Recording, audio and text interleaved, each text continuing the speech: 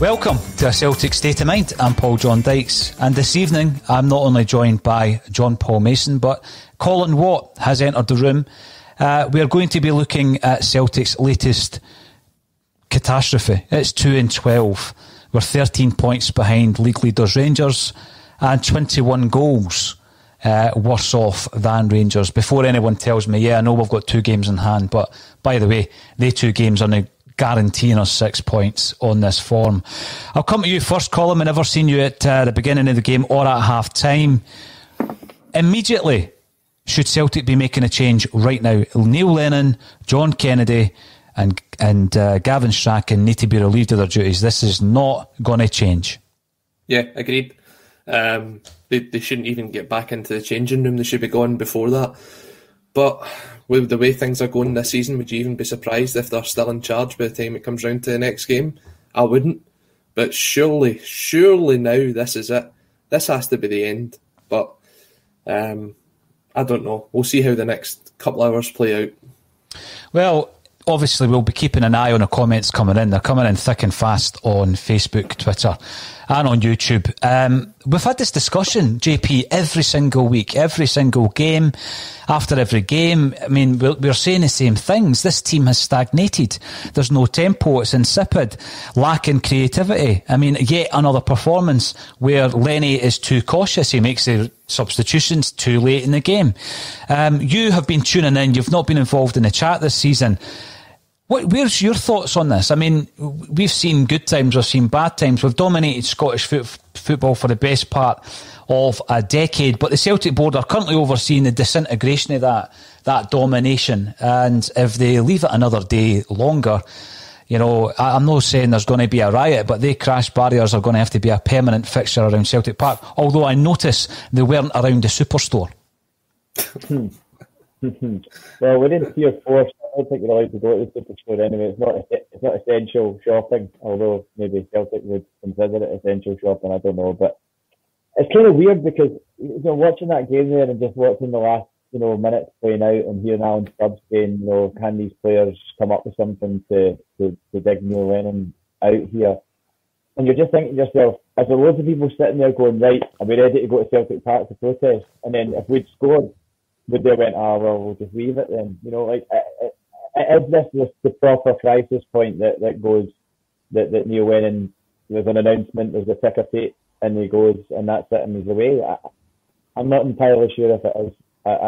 It feels like there's no corner to turn. You know, everyone talks about turning the corner, but it feels like there's no corner to turn. Like, if we can't beat St Johnstone at home in the league with that team, you know, I'm at a loss as to what happens next. I mean, that the aggregate score against St Johnstone in the last however many games, it was something like 28-0 or something like that. I know. So yeah. The big thing, sometimes you think you're stating the absolute obvious, and at half time we're talking about bring Griffiths on, go 2 up top. This is what will happen if Griffiths comes on, and incredibly enough, when he comes on, that's exactly what happens. They start stretching the defence. There's a bit of interplay between him and Edouard. We start creating chances. We get in behind the defenders. Neil Lennon then introduces Turnbull, the most exciting player in Scottish football a year ago. Yet he can't get a game for Celtic. And he gives us something different. Straight away, he starts playing balls that get in behind the defence. He starts, you know, taking chances. The risky pass that Christie is all too often criticised for. But Turnbull, there's a change in tempo the minute he comes on the park. Now, Colin, I know that we've been calling for his introduction, as has many of the Celtic fans who tune into the broadcast.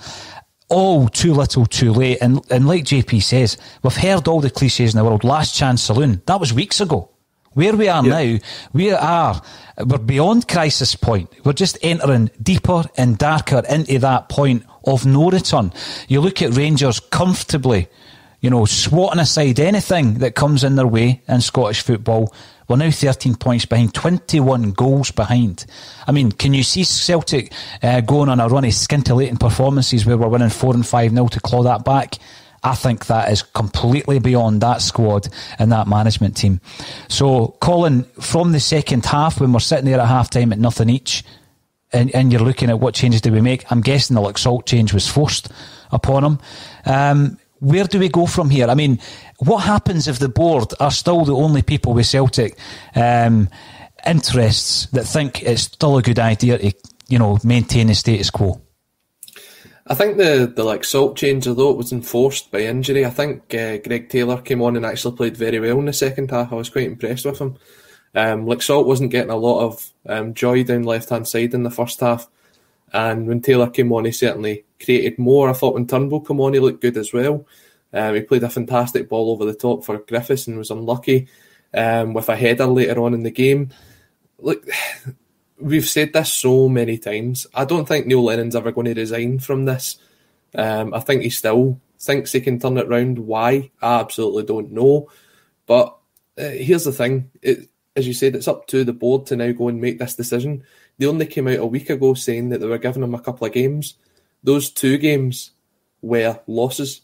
And in the second half away to AC Milan, it was a complete shambles. The fact that you go 2 up and then concede 4 in a row, then go and concede a goal like you did today, where Julian should have done a lot better, and Frimpong's caught out of position to let the boy put the ball across. It just doesn't seem as though anything's going to change. It's like Groundhog Day. You wake up and it's the same thing over and over again. I generally don't look forward to watching Celtic play at the minute.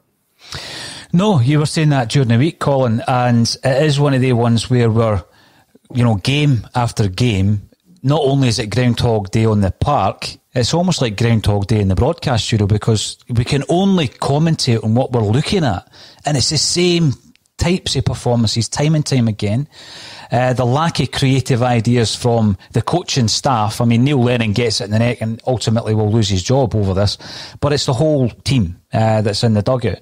There was a point on 62 minutes, once again, I don't know if John Kennedy's just got that unfortunate knack of looking completely disinterested, but Neil Lennon's talking to him and he shrugs his shoulders again. It's like me having a conversation with my missus in the cheese aisle, going for the weekly shop. I mean, this is us trying to save our jobs, and he's just shrugging. I'm not interested. Red Leicester, who cares? You know what I mean? Do something. Look interested and make a change. I'm sick of it. You've got to change, and it's got to happen tonight, because, we are just stumbling from one embarrassing result to the next. JP. Yeah, I've been putting up a fight for Neil Lennon. Not to loads of people. It's not as if I've seen anybody, or you can do anything like the normal things that we normally do, or speak to people at the games that all sit around me. But it's become even apparent to me that the players, if anything is going to gee them into a different way of playing or a different way of thinking, is a different approach from a management perspective. And I absolutely hate saying that, because I love Neil Lennon. I love, everything he's done for the club. I was at his debut at Dens Park when Didi Agat scored that goal off his knee, and the whole Celtic end was singing "There's only one Neil Lennon," and he walked over to us. And I didn't think at that night that 20 years later he would be the manager of the club, But he is. But I don't think it's going to be for much longer, and I don't know how long that will be. But there's no corner to come now. It's gone beyond that. Like I said, if we can't beat St Johnstone at home in the league, we got beat off Ross County last week. We got dismantled today by the team at the other side of the city. So it's even the most staunch Neil Lennon supporter would lose the argument here, I think. Oh, you're absolutely right. Flying Scotsman trying his best to give us a wee bit of humour. By God, we need that at the moment. Now, Tom Cross and Turnbull was great. Turnbull was great when we signed him. That's why we pursued him for so long. And, if Celtic were winning week after week after week, Colin, you would understand the predicament that Neil Lennon was in, that this young guy couldn't actually force his way into the team. We've been looking for something different. We've been looking for a spark in the middle of the park. Scott Brown, 600th appearance today. Absolutely brilliant, right? He's a legend. I named some of the guys that he's now, in the same kind of bracket as in terms of league appearances. Absolute legend. legendary figure in the modern day. But Turnbull comes on and the whole thing lifts in the midfield. But, it was left once again at 75 minutes. Let's give the boy 15 minutes, that was when he made an effort and pulled off a save. He came on 5 minutes before that. But you think to yourself, we can see it. We're meant to be the untrained observers. We can see it. It's as clear as day. We can also see that a change is required, Colin. Now, Jim Orr was on Friday. And Jim has a knack at looking at things from a different perspective. And he often, makes suggestions that you go away and think about. And what he said to me was, what you should do is lower your expectations of what the board are going to do here. Because if Neil Lennon loses his job, what you're probably going to be looking at is John Kennedy taking over on an interim basis. Now, surely everybody needs to take responsibility. So if Kennedy goes, if Lenny goes, so does Kennedy and Strachan. Now, let's say that they actually make the decision that we've all been crying out for weeks. What does the club do next, Colin? Where do we go? Who do you think is a realistic contender and candidate for this job?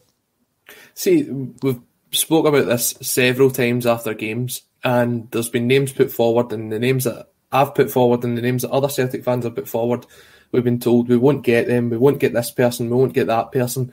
But honestly, at the minute, it just feels as though any sort of change could spark something in that team, because they're just not working for Lennon at the minute. They came out, and as I said on last week, it's just the same old story. They just come out and say, we're together, we're a team, we're going to do it, we're going to turn it around. We must do better, yeah. We've not seen it on the park at all. Not one of them showed that so far this season. I mean, Turnbull came on and done more in 15 minutes than what a lot of players have done all season. It's been pathetic from the players, but the point's been made. You're not going to change all the players overnight, but you can change the manager. And the manager will have to go after today. He should have gone weeks and weeks ago. And whoever they bring in, then you've just got to hope that you can get something out of that team that Lennon couldn't. And I don't think it should be Kennedy, and I don't think Strachan should be anywhere near it. I don't think O'Neill should be near it. I think you've got to start looking for people that aren't just connected to Celtic, that aren't just pals of Peter Lawwell and Dermot Desmond. Start looking for actual genuine coaching candidates, and not just people that they've got their phone number for in the address book. Listen, Colin, I actually take that point because we've spoken a lot. Obviously, John Paul and I have spoken quite a bit about when we won the league under Wim Jansen, and a change was necessary. Now, everybody knows that Tommy Burns was an absolute legend at Celtic, but even having spoken to some of the guys who were part of that team, perhaps he was too emotionally attached to the job in hand, and that was one of the reasons, as well as the lack of success, that ultimately he lost his job. And Fergus McCann looked at that situation and absolutely wanted somebody in who had no link to Celtic whatsoever, and it had to be an overseas manager, and it was Wim Jansen. And the attitude was the same when Jansen was replaced, when Joe Venglos comes in. And I think that, I'm not saying with hindsight, because nobody would have guessed that Neil Lennon wasn't up to the task of this season. But I just think the job of this season is too big for Neil Lennon. I think he's second guessing every single move that he makes. He's lost his instinctive nature of knowing exactly what to do in a crisis. Because let's be frank about this, he was managing a bit of a crisis when he came in, wasn't he? After the Brennan Rodgers saga, but he's not managing this crisis, Colin. He's certainly not managing it. No. I asked you for your thoughts on who should come in. You didn't give me a name, so I'll come back to you on that one, because I'm not having it that you can say, it doesn't matter to me, that's the board's decision. We've all got to have a view on it, and it's important to share that view. So Laura Bradburn feels bad for David Turnbull. He's battled hard to get his career back on track, only to be treated like this. Something really bad going on in the way he's been treated. I mean, it was quite clear to me, John Paul, when he came on, that he was, he made a difference, a positive change. I mean, why? They're seeing it every day in training. Why has he not been given a chance before now? Well, I mean, I would say with regards to the way he's been treated, I don't really think that someone like David Turnbull could come from Motherwell and just immediately become a first team player at Celtic. I think that, look how long it took Christie. It took Christie 2 loan moves, and then the luck of playing well when he came on as a substitute at Murrayfield to basically go, hiya, I want to play for this, I want to play in the first team. Whereas Turnbull, hasn't had that opportunity yet, granted, but I don't think Turnbull's I saw a comment in the comment section saying that Turnbull was another Scott Allen. I don't think Turnbull is another Scott Allen. I think Turnbull will play for Celtic, and I think the reason that Turnbull did well when he came on is because he's hungry, and that's the difference.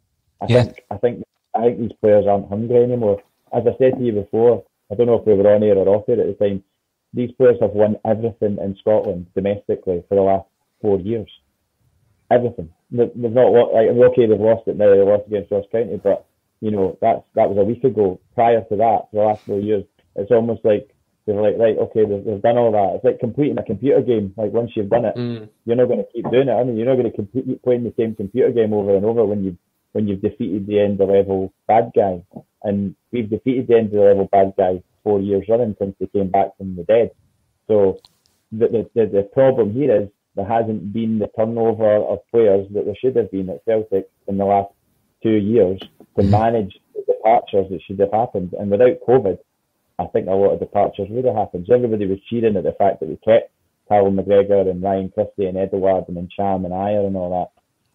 But what if they didn't actually 100% want to be there? Not because of Neil Lennon, because they've already got one eye in another league or one eye in another city or country, So I think that's a really big part of the problem, and it's just unfortunate, as you described, Paul, the perfect storm, and we're in the middle of the perfect storm. Yeah, I think that when McGregor was moved further forward in the second half, he saw a lot more of what he can do. I think he's been playing too much of a deep role in this season so far. He seemed to be sort of playing Brown and McGregor in front of the back four or the back five or the back three, and they almost sort of slip into that centre-half position when they pick the ball up. When McGregor was given the chance to go forward when Brown came off, you've seen a lot more from him. He was finding the passes, he was creating a lot more. And I think I'd like to see more of that if and when the new manager comes in, is that we don't play McGregor so far back, we actually play him further forward, because he's got a fantastic shot on him. He's certainly got a better shot record than Ryan Christie, and his passing range is second to none. There's a reason why he was the player of the year last year, because he's a fantastic player. You don't just regress like that in 6 months. It's the position that we've been made to play under this team managed by Neil Lennon. No, you're absolutely right. And I remember making the point about McGregor. I had some slight concerns actually when Lenny took over, because McGregor hadn't played a single game under him during Neil Lennon's first tenure. I mean, in actual fact, Callum McGregor made his debut for Celtic at the age of 21, which is particularly late for a Celtic player. So I did wonder if that was going to work. No one was complaining last season, but it's certainly not working this season now. Michael Devlin 67 is commenting on Twitter to say that the league is gone. It's too late, and we're now building for next year, and it's shameful. I don't know if I'm just the constant optimist when it comes to this, the eternal optimist, because I don't think it's completely gone if we can make a change. But then I don't believe we're going to make a change, so then Michael Devlin's probably right. And that is shameful. That is absolutely shameful that the board have sat back and actually overseen this deterioration. I mean, we've all seen it. Colin, you probably called it earlier than anyone on this podcast, where after the Ferencváros game you said, no, it's not good enough. Lenny's got to go, and people thought you were overreacting. Took me a few weeks to get to that state of mind, if you like, at half-time against Aberdeen, and I thought the same. JP, when did you come to that realisation? At what point did you think, enough is enough, this is not going to change? I think it was, I know I'm very late to the party, and I know you can't call it a party, insert joke there, but last week against Ross County, I was just like, wait a minute, we're getting beat at home off Ross County 2-0, and you can make all the excuses that you like for, injuries, COVID, all the rest of it, but, take that game as a standalone game. We lost at home to Ross County, who've had 4 taken off them today at home in Dingwall. There's no dressing that up. You can't dress those facts up. That's what happens. You know what I mean? And you're just like, well, if my theory is correct and the players are, no longer hungry to play for Celtic or to win for Celtic, I mean, I'd hate to think that is the case. And they'll come out and they'll say in interviews, oh, we're still hungry for more, and this team's as motivated as it always has been. But they're not. They're definitely not as motivated as they've always been. You can tell that from that performance today.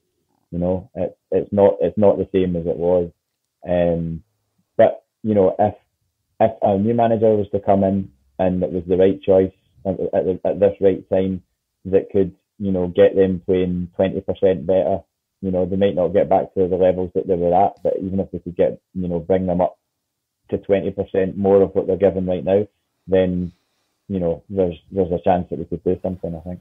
Oh, definitely. Now, by the way, we're not being so focused or only focused on the issues within the managerial team. We keep talking on the broadcast about the fact that we've got the players, we've got the management and coaching staff, and then we've got the board. There's a joint responsibility across all three of those levels. There was a very interesting and productive Zoom Colin to the Celtic Trust meeting yesterday, Colin. We've been discussing it on the Axon WhatsApp, and Jim Orr's going to have a right good discussion at some point next week all about that, because it's quite clear there's a huge amount of Celtic fans unhappy with the way the club is being run in the short term to salvage anything from this season, because what we're looking at is a 10 in a row that is slowly but surely getting further and further away from our grasp, and a quadruple treble which by absolutely no means is guaranteed, by the way, because I don't think anyone fears Celtic at this moment in time. Then I think in the short term we need to get the coaching and management team right, who hopefully will improve the playing staff we currently have, maybe with a few additions in January, and then it's more of a medium term project to have a look at the way this club's being run at the moment. Now there's a couple of things I want to bring up. First of all, JP Mullen messaged us to say that we should mention his wee pal who passed away over the last week, Frank Foy, 60, big Celtic fan, loved by many, genuinely nice guy. So a big shout out to Frank Foy, all his family and all his friends, big Celtic man who's passed away at these difficult times. God bless him and his family. Now, there's a message coming through from Facebook, and it's, if the manager dares to use the word excellent again in his post-match Celtic TV interview today, I'll donate 50 quid to the treble charity. Scunnered with it, in all honesty. Now, I'm glad you brought that up, because we are running around about the quadruple treble weekend a massive charity fundraiser, whereby we're going live for 24 hours over that weekend. Just looking at the whiteboard at the minute, Axom are one of 20 different shows that are going to be involved in that. The latest one that I'll announce later on, I'll announce it right now, but I'll put the graphic out later on, is Electronic Tims will be joining us as well during that charity weekender. If you do want to donate, then we do have a link underneath the video. When I checked before the game, it was at about $2,500. So absolutely astonishing response from everybody who's been involved in that. So, looking through some more of these comments, everybody seems very, very frustrated at the moment. And just to echo my thoughts, the thoughts are coming in to say that on the 20th of December, says Stephen James 187, not confident. I mean, surely the board are looking at this, Colin, and saying, well, that at the moment is the next thing we need to ensure that we win. I mean, yeah, we've got to win the games between now and then. Let's get a manager in. The Thursday night game, that's a dead rubber against Lille. Let's get a manager in and start preparing for the next game that actually means something. Yeah, you would think so. You would like to think that the board are that competent enough that they've got someone there that they can turn to if they get rid of Lennon today and bring him in. But you just don't believe it with the way that they've treated Celtic fans over the last couple of weeks. That statement from Peter Lawwell the other day was just appalling. Coming out and actually having a go at Celtic fans whilst at the same time asking them to get behind them. They've not shown anything on the park this season, or even in the boardroom, that would win the fans over if they were undecided. It's shambolic from the board in general. So I'd generally not be surprised if you wake up tomorrow morning and Lennon's still the manager, because they seem to have his backing for whatever reason. And I don't think now you'll get even 1% of Celtic fans that would think that Lennon's a man for the job. Well, again, I'm going to come back to you, Colin, because you shirked the tackle when I came in 2-footed earlier and asked you for a name or somebody that you wanted. Joe Porter believed that Celtic would win today. I mean, a lot of people weren't that confident, to be honest with you. And I think teams coming to Celtic Park, I'll give you an example, right? The team that won the Scottish Cup for St Johnstone, when was that? Was that maybe, it was at least... Right, 2012. One of the guys in that team, I was speaking to him, and he told me that, and by the way, if you remember, they done particularly well. Told me, right, certainly did pretty well against Celtic. Whenever they came to Celtic Park, there was an expectancy. It was like an unsaid thing. There was an expectancy amongst the players that they were probably going to let in about 4 goals. There was an expectancy, right? Now, I'm not saying they're turning up and shipping in 4 goals, but they expected to get beat. No team has come to Celtic Park thinking that we're going to trounce them 4-0. And that is one of the biggest concerns of them all. Now, Colin, I'm going to come back to you. Right, you're in charge of Celtic. We have decided that Neil Lennon and his team are going. Who do we replace them with? Because this is what we're now going to be looking at this week. For me, you've got to look at guys like Marco Silva or Eddie Howe. And I know I'm going to get abuse for that because they'll say that there would be nothing there to bring them to the club. But you've got to look at these guys. These guys aren't out in a job at the moment. They're looking to make that step. If they look at the step that Rodgers made to get from the team he was at Liverpool to take the Celtic job, which is a massive risk for his reputation, turn it around and then get a job where he's now within the top half of the Premier League. I think Eddie Howe and guys like that would look at that and see it as an opportunity to come in. I've seen a lot of people say that no manager worth his salt is going to come in because he'll be known as a manager that's lost to 10 if they don't win the league. I don't buy into that because I think they're coming in and the situation is so difficult that no Celtic fan could look at them and say it was their fault that we lost the title unless things went seriously wrong. But on the subject of managers, I think that the St Johnstone manager today lined his side up very well. When I was watching the game, you could see that St Johnstone were closing Celtic down. As soon as the ball get played out from Barkas to the defenders, they were on them. They kept them very, very confined. They made them play the ball long, which doesn't suit the way that Celtic play football. And I think Callum Davidson's done a good job there. No, he certainly has. I mean, St Johnstone have had a kind of succession of managers that have gone in, and I mean they're operating on a shoestring budget, Colin, and they seem to have done well. You can think about, even Owen Coyle, Derek McInnes, Stevie Lomas, Tommy Wright, and Davidson seems to be doing well. And under real restraints, proper restraints at that club, they've not got a massive fan base. Their budgets are tiny compared to Celtic. Yet at this moment in time, they're competing with us. Now, see Quinn, the board has allowed Rangers to come from Division 3 and overtake us. Absolutely unforgivable. John Paul, did you ever see that this would happen? I mean, there was obviously the threat. They were coming back, and they came back 4 years ago to question all the titles that we won in their absence, but yet we've won everything since they've been back. So there was always going to be a head of steam, and they've stuck with Gerrard despite talk of him losing the dressing room last year. Post Dubai, there was chat that had happened, but they've stuck with him despite the fact that he's gone through 2 seasons winning nothing. He's progressed them in Europe in that time, which is to be commended. But ultimately, he's not won any trophies up until now. He still hasn't. So, I think there's a lot of people getting a little bit emotional about that before a trophy has been won. Then the likelihood is that they probably will win the League Cup because, there's not really anybody obvious that's going to challenge them for that out of us.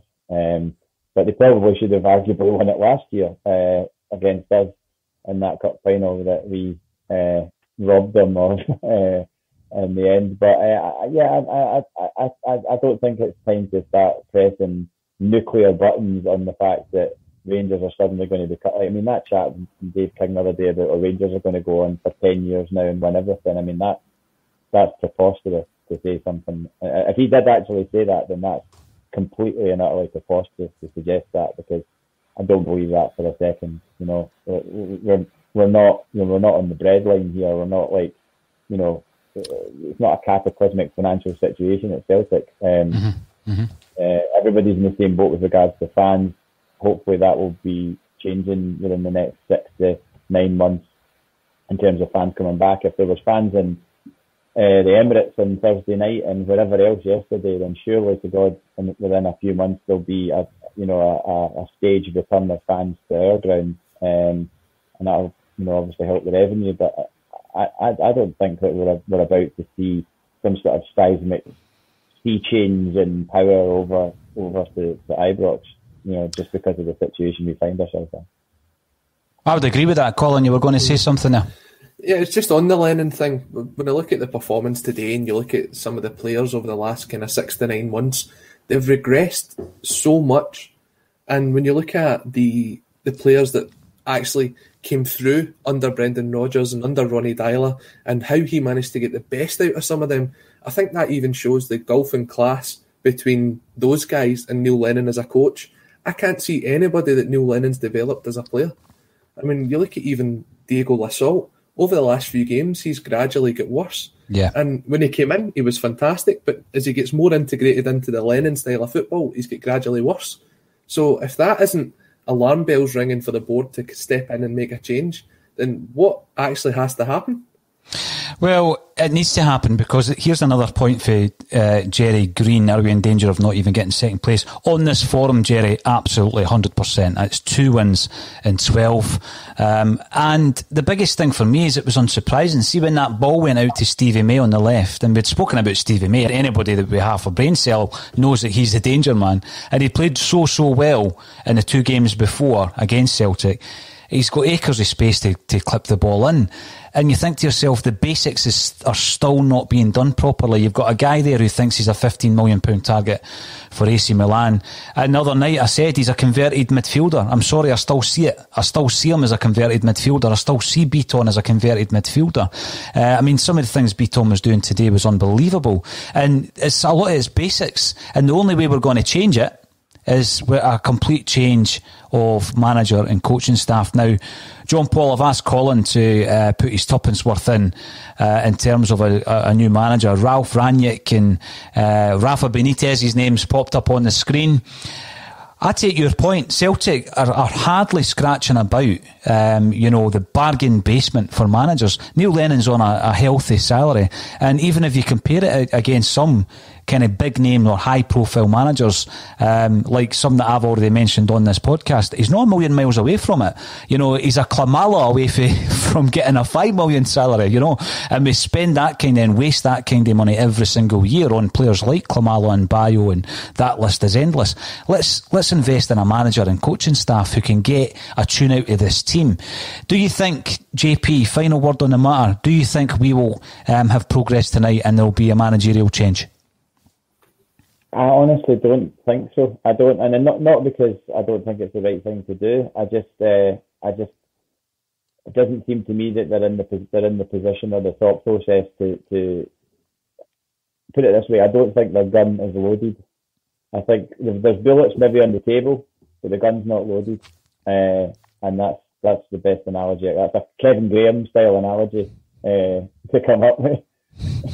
I think he writes them down when he's preparing for the bulletins.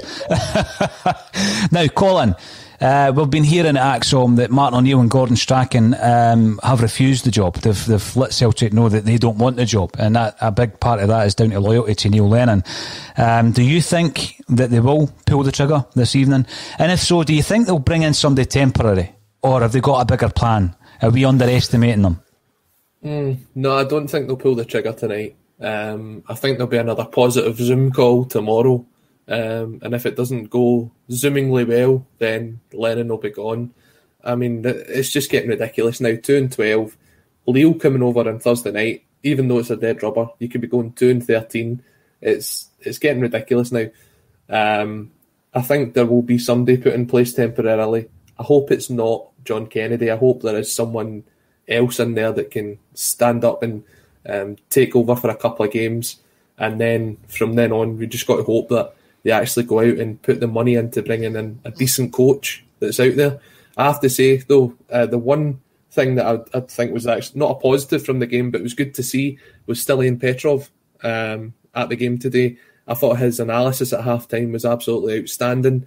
He really knew what he was talking about, and if there's a new coaching team to come in, I wouldn't be against Petrov being part of that. Well, Colin, hopefully there will be developments, because, the Axom Bulletin, I could maybe just copy and paste the last edition if it's going to be like this. It's the same old. I looked at the Celtic Twitter page. I thought you'd probably have 3 or 4 tweets and you just copy and paste them throughout the game every 5 minutes and nobody will notice, because it's the same insipid performances we've been getting all season. I'm not having a go at the social media team at Celtic, by the way. They're all obviously up against it at the moment. But all that's left for me to say is, everybody that's been tuning in today, if you're on YouTube YouTube, get subscribing, because we're building up the subscription base. We're raising loads of money for charity on the quadruple treble weekend, and we'll be telling you loads more about that this week. We've now got 20 different shows, which is quite incredible, and we'll be covering the game as well. Hopefully we can celebrate afterwards. But all that's left for me to say is Colin Watt, John Paul Mason, thank you both for joining me on A Celtic State of Mind, guys.